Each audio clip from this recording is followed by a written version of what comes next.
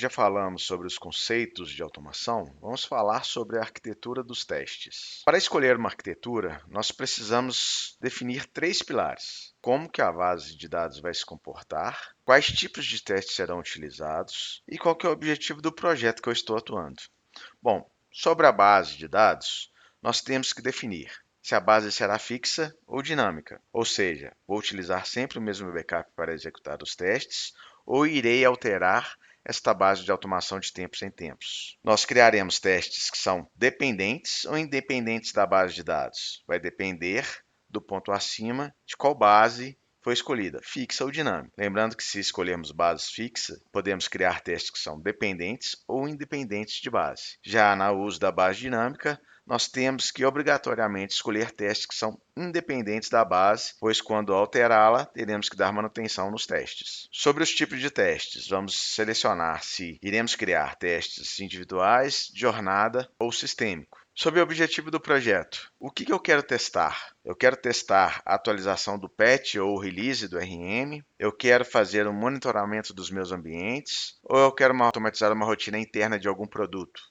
Então, eu tenho que ter esse objetivo claro para saber qual linha eu vou seguir. Bom, qual que é o modelo sugerido para quando o seu objetivo é atualizar um patch ou uma release do RM? Nós sugerimos a adoção de uma base fixa de automação, testes dependentes de base, quando o custo de se fazer um teste independente for muito alto, então vamos sempre priorizar testes independentes da base. Mas se o custo for alto, criamos esse teste dependente da base. Testes individuais e independentes de outros testes. Quando criamos testes individuais, a execução de vários testes não impactam a execução. Quando a gente cria testes que são dependentes um do outro, se o primeiro teste der problema, os demais não irão rodar porque eles são dependentes. Teste de jornada quando necessário, quando você quer criar um teste que abrange todo o processo, aí sim criamos testes que são dependentes um do outro, que é o teste de jornada. E, por fim, nós criamos um teste sistêmico que executa todos os testes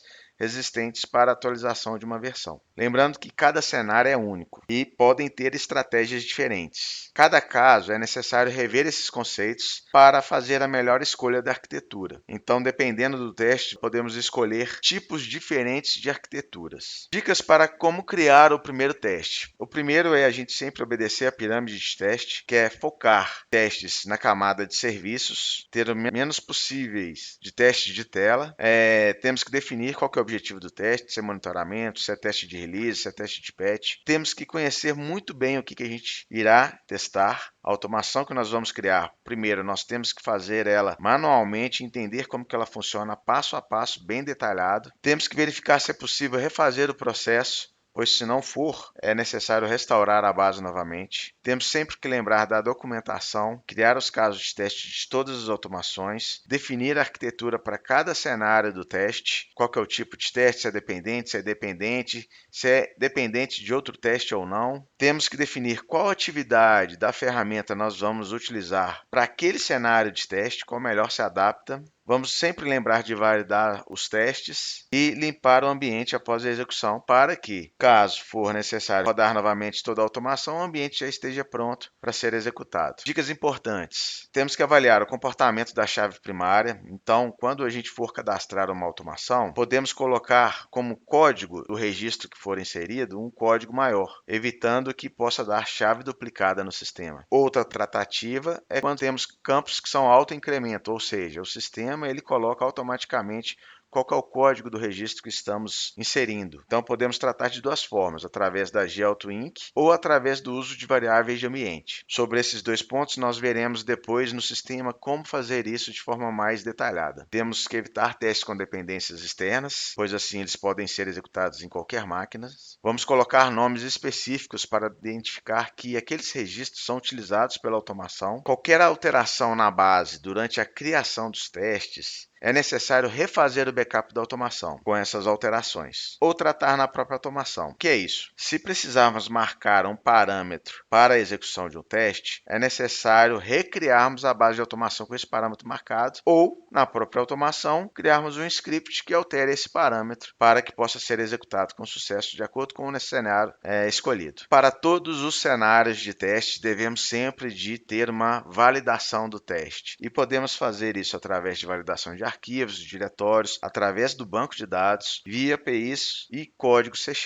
O mock é um objeto simulado que imita o comportamento de um objeto real, e o uso do mock é obrigatório na atividade de comparação de banco. Quando utilizamos o mock, fazemos um retrato da base de dados com os resultados esperados, e depois que executamos o teste em uma base temporária, nós comparamos esse retrato para ver se os resultados estão idênticos. Vamos sempre lembrar de restaurar o ambiente após a execução de todos os testes para o estado inicial. Temos que remover todos os artefatos que foram gerados pelos testes, arquivos, processos, recursos e bases de dados, além das conexões. E temos um recurso específico na ferramenta que faz isso automaticamente para nós, que é a finalização automática. Veremos esse recurso com mais detalhes nos próximos vídeos. Vamos sempre tentar utilizar subprojetos. Podemos utilizar projetos dentro de outros projetos, que temos o conceito de subprojetos. O uso de subprojetos facilita a manutenção, pois precisamos dar manutenção em somente um projeto e todos os outros projetos que utilizam este projeto terão essa manutenção automaticamente feita. Temos sempre que pensar em ter um ambiente que inicializa